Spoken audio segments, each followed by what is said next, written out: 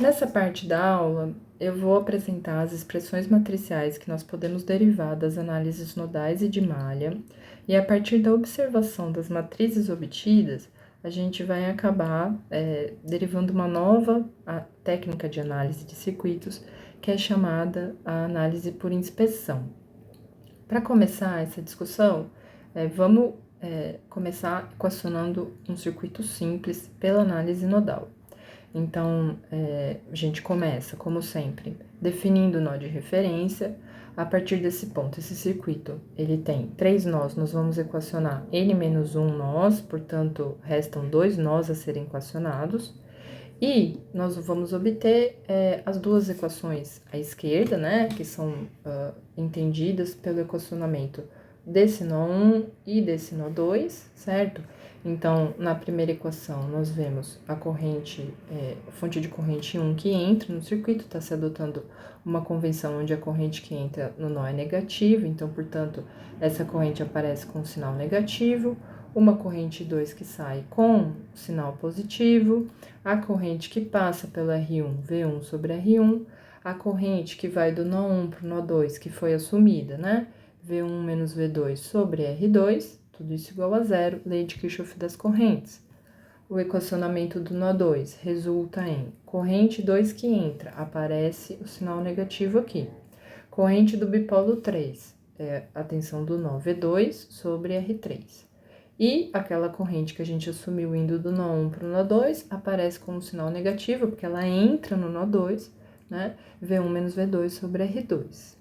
A partir desse ponto, nós reorganizamos as equações, então colocamos em evidência aí aquilo que a gente está procurando, que são as tensões dos nós, e passamos para o outro lado da equação os valores das fontes de corrente.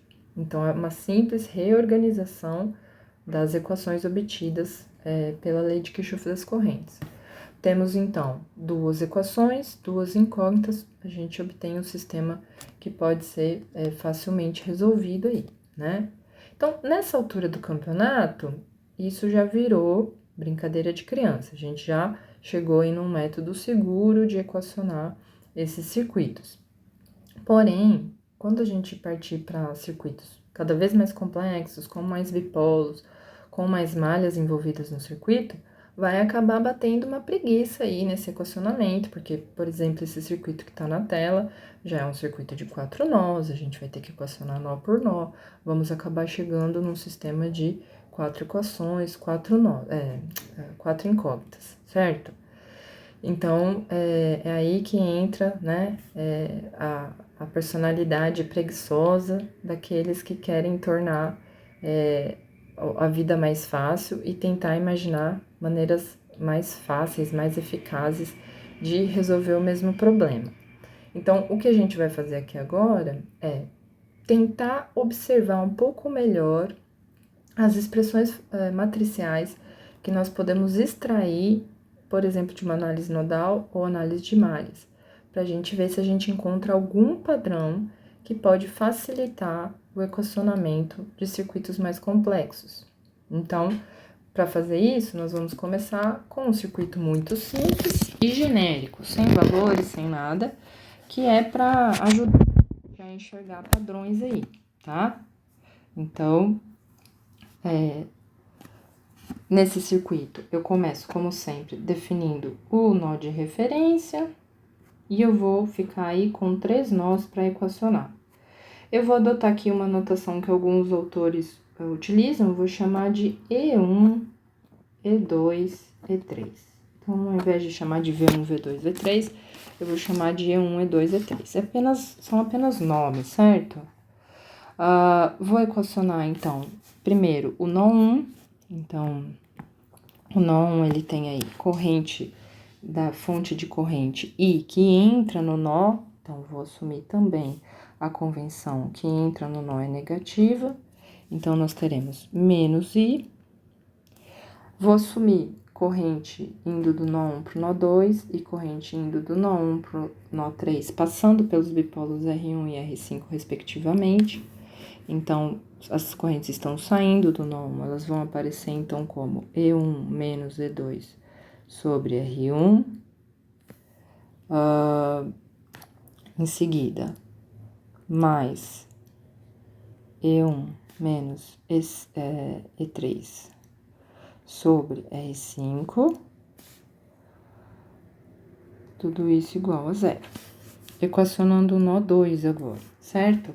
Eu tenho essa corrente que entra, vinda do nó 1, corrente que desce pelo bipolo 2, e vou sumir corrente que sai do nó 2 e vai para o nó 3. Portanto, eu vou ficar com menos E1 menos E2 sobre R1, mais E2 sobre R2, mais E2 menos E3 sobre R3. Tudo isso igual a zero. E, finalmente, para o nó 3, a única corrente que falta definir é essa que passa pelo bipolo R4. E nós teremos menos corrente que entra vinda de E1, passando por R5, menos corrente que entra vinda de E2, passando por R3, mais corrente que sai do nó 3, passando por R4. Então, se eu não cometi nenhuma bobagem, essas são as 3 equações para cada nó do circuito. A missão agora é reorganizar essas equações. Então, primeiro, vou reorganizar a equação 1, colocando em evidência E1, E2, E3. E aí, nós teremos 1 sobre R1 mais 1 sobre R5, tudo isso vezes E1, menos 1 sobre R1 vezes E2, menos 1 sobre R5 vezes E3. A fonte de corrente I é passada para o lado direito da equação. Reorganizando a equação do nó 2, nós temos para E1 menos 1 sobre R1, E1. Para o E2, nós teremos 3 termos, que envolvem o R1, o R2 e o R3. Então, mais 1 sobre R1, mais 1 sobre R2, mais 1 sobre R3, vezes E2. E para o E3, menos 1 sobre R3, vezes E3, igual a zero. Falta a última equação, então, a equação 3 aqui, tá? Então, para o E1, nós vamos ter aqui o R5, para o E2, nós vamos ter o R3, e para o E3, nós vamos ter novamente 3 termos, que é o R5, o R3 e o R4. Então, vamos lá. Então, fica menos 1 sobre R5, E1. Para o E2, nós temos menos 1 sobre R3, E2. E para o E3, nós vamos ter 3 termos, né? Então, 1 sobre R3, mais 1 sobre R4, mais 1 sobre R5, tudo isso vezes E3 igual a zero, tá? Bom, a próxima missão agora é gerar a equação matricial, certo? Então, aqui nesse slide, eu estou apresentando quais são os vetores que a gente utiliza para representar a mesma equação que eu obtive anteriormente, o mesmo conjunto de equações que eu obtive anteriormente, de uma maneira matricial. Então, a equação matricial que nós vamos montar é essa, onde eu tenho uma matriz que eu vou chamar de matriz admitância de nós, já já eu explico o porquê desse nome, vezes um vetor, que é um vetor onde eu tenho exatamente as tensões de nós, E1, E2, E3, tudo isso resultando num vetor que tem as fontes de tensão, tá? Então, por meio dessa equação matricial, o que eu vou obter é que, se eu multiplicar a primeira linha dessa matriz de admitância pelo vetor E1, eu vou obter a equação do nó 1. Da mesma maneira, se eu multiplicar a segunda linha, eu obtenho a mesma equação que eu obtive anteriormente, só que agora para o nó 2. E, finalmente, a linha 3, eu obtenho a mesma equação que eu obtive anteriormente para o nó 3. Então, eu preservo o sistema de equações, só que eu represento isso agora de uma maneira diferente, que é uma expressão matricial, ok? Bom, então agora nossa missão é olhar para essa matriz que nós obtivemos e ver se a gente, para essa equação, né, para essa expressão matricial que a gente obteve, e verificar se a gente encontra algum padrão, certo? Então, veja, o vetor E parece ser um negócio fácil de entender o padrão, né? Então, consiste apenas em colocar em cada linha as minhas incógnitas, E1, E2 e E3. O vetor, que eu tô chamando aí de vetor de correntes aí, né? Ele também parece ser fácil de entender o padrão, certo? Então, a primeira linha corresponde ao nó 1. E nós temos o quê? Uma corrente, uma fonte de corrente que alimenta esse nó 1. Então, ela aparece aqui nessa primeira linha. A linha 2, ela corresponde ao nó 2. Eu não tenho nenhuma fonte de corrente conectada ao nó 2, portanto, surge um elemento nulo aqui. E o mesmo acontece para o nó 3. Não existe nenhuma fonte de corrente conectada ao nó 3, portanto, aparece como um elemento nulo também, né? Então, já vimos aí como construir o vetor E, o vetor de corrente. Vamos dar uma olhada agora naquilo que a gente está chamando de matriz admitância dos nós. Note que, vamos observar a estrutura dessa matriz. A primeira coisa que a gente observa é a linha diagonal dela. A linha diagonal dela parece ser muito interessante, diferente dos outros elementos, porque ela está apresentando somatórias daquilo que a gente chama de condutâncias. Então, a condutância, para quem se recorda, lá do ensino médio, possivelmente, né, é representada pela letra G e representa o inverso da resistência, tá? Então, o que a gente está observando aí na diagonal dessa matriz é o somatório de condutâncias. Quais condutâncias, certo? Então, lembrando que aqui nós estamos falando do elemento 1,1 da matriz, elemento 2,2 da matriz, elemento 3,3 da matriz. E lembrando que cada linha representa uma equação de nó. Então, o elemento 1,1 da matriz, ele está somando as condutâncias dos bipolos que estão conectados ao nó 1. Então, vai aparecer no elemento 1,1 da matriz a somatória das condutâncias dos bipolos que estão conectados a esse nó. No caso, R1, R5. Vamos olhar lá para o nó 3. Nó 3, eu tenho 3 bipolos conectados, R5, R3, R4. A somatória deles seria 1 sobre R5, 1 sobre R3, 1 sobre R4. É exatamente isso que aparece aqui no elemento 3,3 dessa matriz de admitância de nós. Ok, vamos olhar agora para os elementos que não estão na matriz diagonal. E aí, o que a gente percebe é que essa é uma matriz simétrica, porque o elemento, o késimo jésimo elemento da matriz é igual ao jésimo késimo elemento da matriz.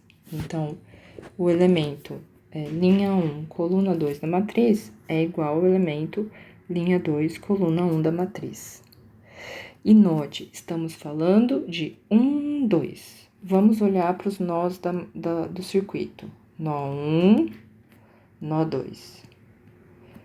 Qual é o elemento que liga os nós 1 e o 2? É o bipolo R1. Vamos ver quem surge, então. Menos 1 sobre R1. Vamos olhar agora para o elemento que conecta os nós 2 e 3. Quem é? É o elemento R3.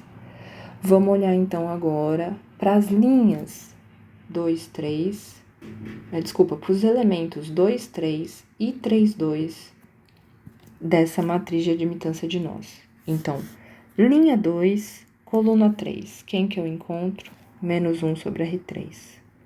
Agora, vamos olhar para linha 3, coluna 2. Linha 3, coluna 2. Quem que eu encontro? O mesmo, a negativo da condutância do elemento que conecta os nós 2 e 3, certo? Então, eu espero que vocês já tenham enxergado o padrão que a gente está observando aqui, tá? Por que matriz de admitância de nós? Vamos explicar essa questão do nome. Como eu acabei de mostrar para vocês, recapitular, né? A condutância é o inverso da resistência. A gente poderia chamar de matriz de condutâncias, ok? Porém, muito em breve, as nossas cargas não serão mais resistências. Elas passarão a ter resistências, indutâncias e capacitâncias. No momento em que as nossas cargas tiverem também indutâncias e capacitâncias, nós passaremos a chamá-las de impedâncias, que é representado pela letra Z. O inverso da impedância é o que a gente chama de admitância, representada pela letra Y. Então, é por isso que a gente já está chamando do nome mais genérico, matriz admitância dos nós, porque em breve nós vamos construir as equações e aqui não surgirão mais condutâncias, admitâncias, tá? Então, surgirão aqui as admitâncias do circuito, tá? Vamos tentar expressar aqui as regras para a construção dessa matriz, então. Porque agora vocês devem ter notado que, se eu entendo o padrão, eu consigo, por inspeção, equacionar um circuito com N nós, né?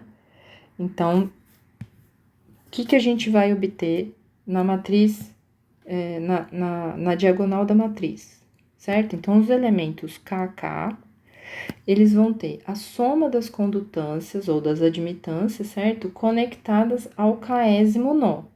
Então, se o késimo nó é o nó N, quem que eu vou colocar aqui? A somatória das condutâncias ou admitâncias daquele nó. E nos demais elementos, nós vamos encontrar o negativo da soma de condutâncias ou admitâncias, conectando diretamente os nós K e J.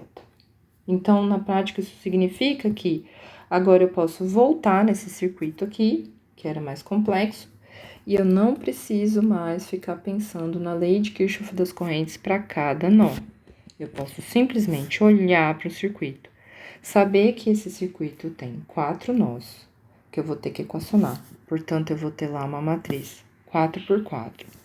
Que na diagonal principal dessa matriz, basta eu olhar para o circuito e saber, por exemplo, que no elemento 1 aqui, quem vai aparecer? RA e RB, então vai ter a somatória aí de 1 sobre RA mais 1 sobre RB,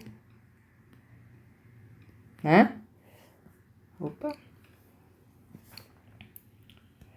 Quem que eu vou colocar no elemento 1, 2 da matriz? Bom, eu vou olhar aqui, quem que conecta o nó 1 com o nó 2? E vou saber que tem o RB, e, portanto, vai aparecer menos 1 RB, e assim por diante. Então, por inspeção, eu consigo montar mais rapidamente as matrizes e, portanto, obter o sistema de equações que resolve esse circuito. Então, essa é a técnica de análise por inspeção, que identifica os padrões nessas expressões matriciais e deriva aí um pequeno conjunto de dicas, para que você entenda como que se constrói essa matriz, tá? Pode ser usado, por exemplo, para vocês conferirem rapidamente se o equacionamento de vocês está ok, certo? Bom, podemos fazer o mesmo para análise de malhas? Sim, obviamente podemos, né? Então, de maneira mais rápida aqui, eu tenho esse circuito simples com 2 malhas, eu obtenho as equações da malha 1 e malha 2 para esse circuito. Então, nessa direção, eu subtraio menos V1, I1 vezes R1 e I1 menos I2 vezes R3, é o que aparece aqui. Na segunda malha, eu tenho sabendo que aqui agora eu assumi esse sentido da corrente do ramo que desce. Então, eu vou ter menos I1 menos I2 vezes R3, e mais I2 vezes R2, mais V2. Então, é o que eu obtenho aqui nessa equação.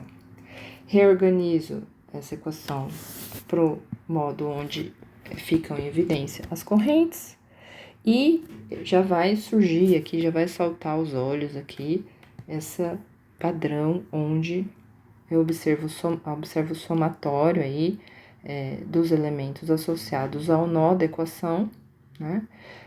E aqui eu tô vendo aqui um número negativo multiplicando aquelas correntes que não correspondem à malha, né? Eu falei nó, mas tô equivocada, é malha, tá? Estamos aqui falando de malha, certo? Bom, fazendo o equacionamento matricial desse sistema de equações, né?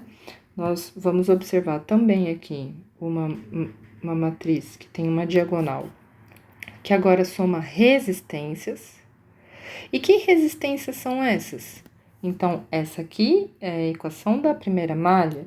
E quem são os bipolos envolvidos nessa primeira malha? R1 e R3. São eles que aparecem aqui. Essa aqui é a equação da segunda malha. Quem são os bipolos envolvidos na segunda malha? R2 e R3. São eles que aparecem aqui. E quem é o menos R3 que está aparecendo de maneira simétrica nessa equação? Ele é o bipolo que é compartilhado pela malha 1 e pela malha 2. Então, nos elementos que estão fora da matriz diagonal, de maneira simétrica, vão aparecer os bipolos compartilhados pelas malhas. Então, aqui, da mesma maneira que lá nós chamamos de matriz de admitância, nós vamos adotar um nome mais genérico de matriz de impedância. Na diagonal principal, nós vamos ter a soma das resistências das malhas, ou soma das impedâncias, logo mais, né? E nos elementos que não estão na diagonal principal, nós vamos ter o negativo da soma de resistências ou impedâncias em comum entre as malhas K e J. Bom, talvez vocês tenham notado que em ambos circuitos eu usei os exemplos bem comportados, onde para análise nodal nós só tínhamos fontes de corrente, para análise de malhas nós só tínhamos fontes de tensão. Porém, na última aula, nós já tratamos os casos onde foi necessário adaptar a análise nodal e a análise de malhas para os casos onde a gente tem misturado, né, fontes de corrente e fontes de tensão, certo? Então, a gente apresentou lá os conceitos, por exemplo, de supernós, supermalhas e maneiras alternativas de fazer esse equacionamento. Será que a gente consegue aplicar a técnica de inspeção quando essas situações ocorrem de termos mistura de fontes no mesmo circuito? Sim, você também consegue derivar padrões, tá? Para essa análise matricial. Caso vocês estejam interessados em encontrar esses padrões, eu sugiro aí a leitura do capítulo 2 do livro do professor Iaro, onde ele desenvolve ali e mostra pouco a pouco os padrões que surgem para circuitos mais genéricos, tá? Em resumo, o que a gente vai acabar tendo são matrizes não tão simples quanto essas, mas a gente vai acabar adicionando uma borda aí na matriz. A gente vai adicionar linhas e colunas, então a gente vai ter ali no meio um miolo que mantém essas propriedades, mas aqui a gente vai passar a ter uma borda que se refere às incógnitas adicionais que surgem quando o circuito passa a ter aí fontes misturadas, tá? Mas uma outra questão que a gente vai abordar nessa aula é: será que eu consigo transformar isso aqui para uma fonte de corrente e tornar minha vida mais simples? Será que eu consigo transformar isso aqui numa fonte de tensão e tornar a minha vida mais simples? Então, seria possível transformar fontes de tensão em corrente e vice-versa? E aí, como continuidade dessa aula, a gente vai ver que em alguns casos, sim, e vale a pena, tá? Não sempre, mas a gente vai apresentar aí mais uma técnica para vocês, que é a técnica de substituição de fontes.